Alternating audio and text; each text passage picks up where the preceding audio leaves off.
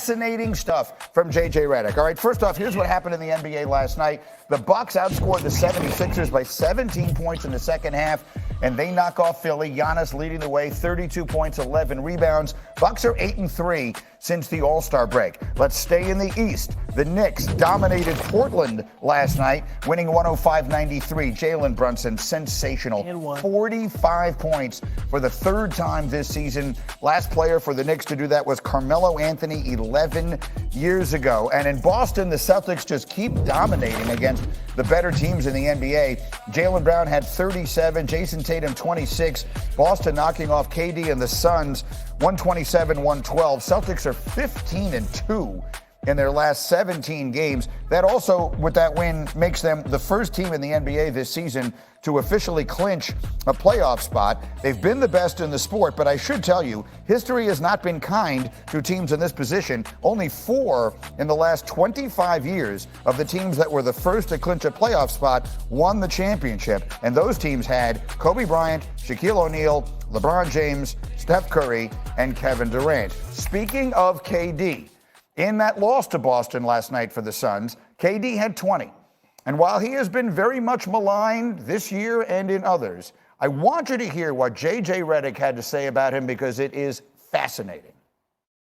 We're going to look back in like 10 or 15 years and be like, why the did we spend all this time with all the discourse and not just appreciate literally one of the greatest basketball players to ever play this game? He's literally one of the greatest players ever, and we spend too much time on the instead of just appreciating his night-to-night greatness.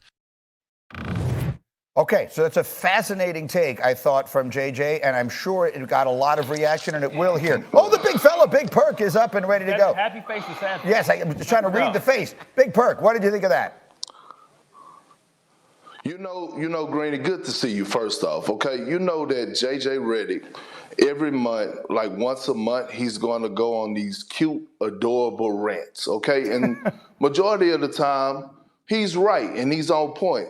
This time, it was a reach and he's wrong. First of all, KD doesn't even fit in that box. We're talking about an all-time great. Guys have acknowledged that right now, KD is a top 20 all-time great.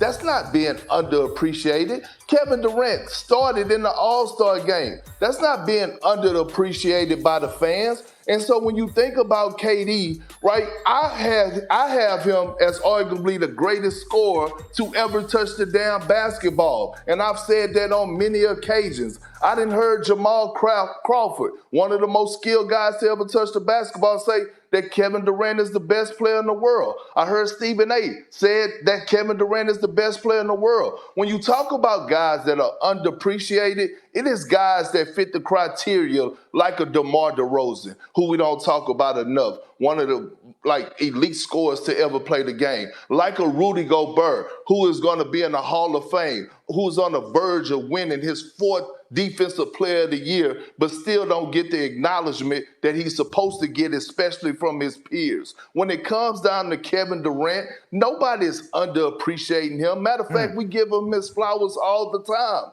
Yeah. That was a horrible take by J.J. Redick. But let's focus on the other side of it. Do people, and by people I guess I mean us, you and me and the others who talk about this, do we focus too much on what he hasn't done or the things he's done that we did not like, and not enough on how day in, day out great he is? Well, Greeny, let me say this to you, okay? Right? So you just think about the situation and you think about, okay, forget the fact that he left Oklahoma City and went join the Warriors. Okay, he actually joined the Warriors and got it done.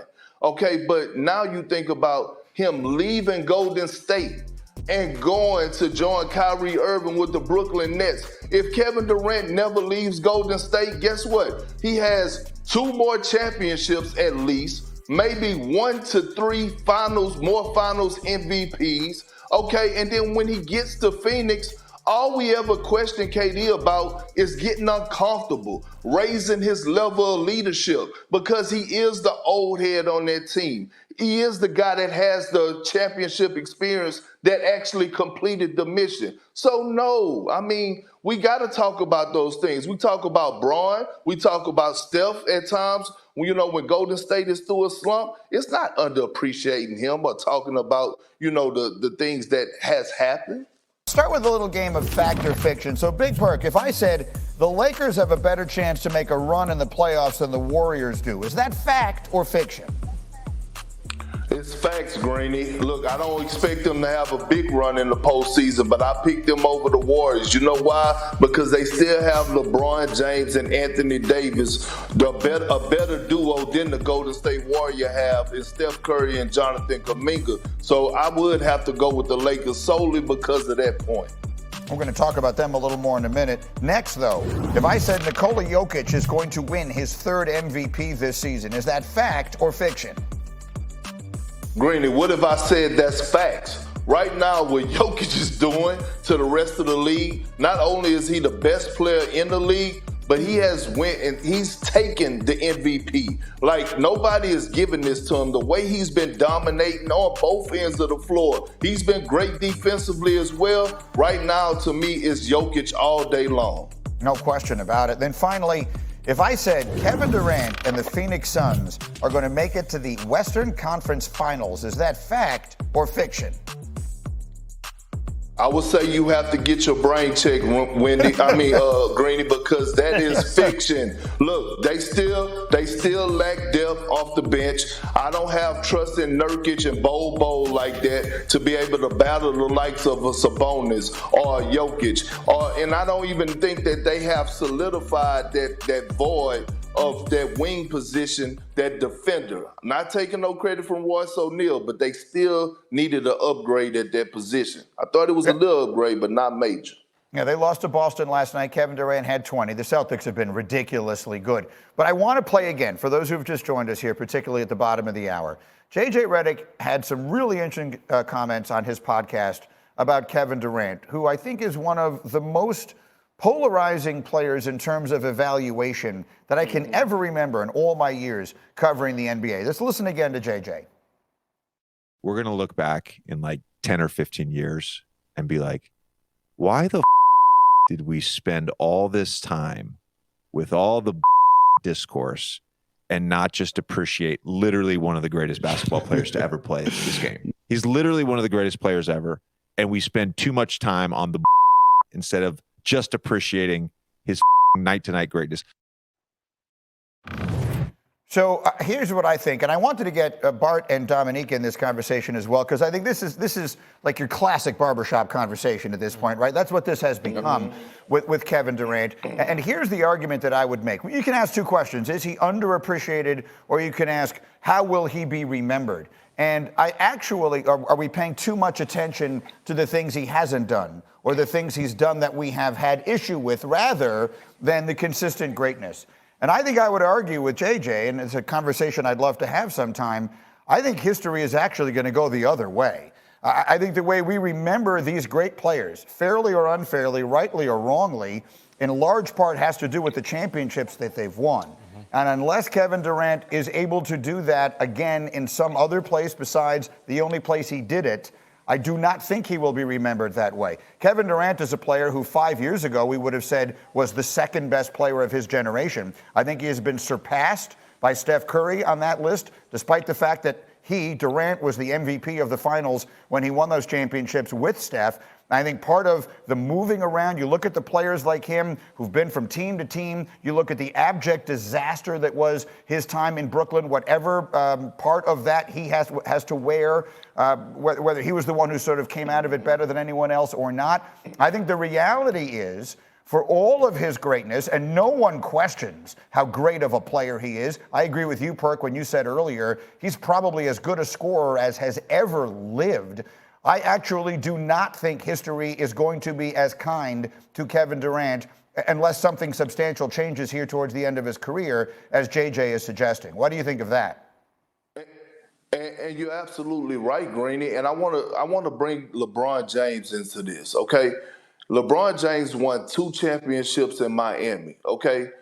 If he would have just stayed in Miami, do you think we would have LeBron James on this high pedestal like we do for us being in the GOAT conversation? Hell no. LeBron James actually knew that he had to go back to Cleveland and win a championship, and he did that. He went back to where it started from and had one of the greatest runs in finals history, being down 3-1 to knock off a 73-9 Golden State Warriors team. And then he went and left and won another championship with the Los Angeles Lakers. Okay, we look at the late, great Kobe Bryant. He won 3 championships with Shaquille O'Neal as his counterpart. Okay, when we start putting Kobe in a different conversation, is when he won those 2 championships after Shaq left. So it's not unfair criticism with Kevin Durant. Kevin Durant actually could change the narrative. Kevin Durant actually is in a great situation right now with Devin Booker and Bradley Beal and the Phoenix Suns that he actually could change this entire conversation. But it's not unfair for us to bring up Kevin Durant's career and the journey he had to take for us to go win a championship and go into, a team that had already won one with the big 3 and Steph Curry, Draymond Green, and Klay Thompson. That is not unfair. Every single great in the history of basketball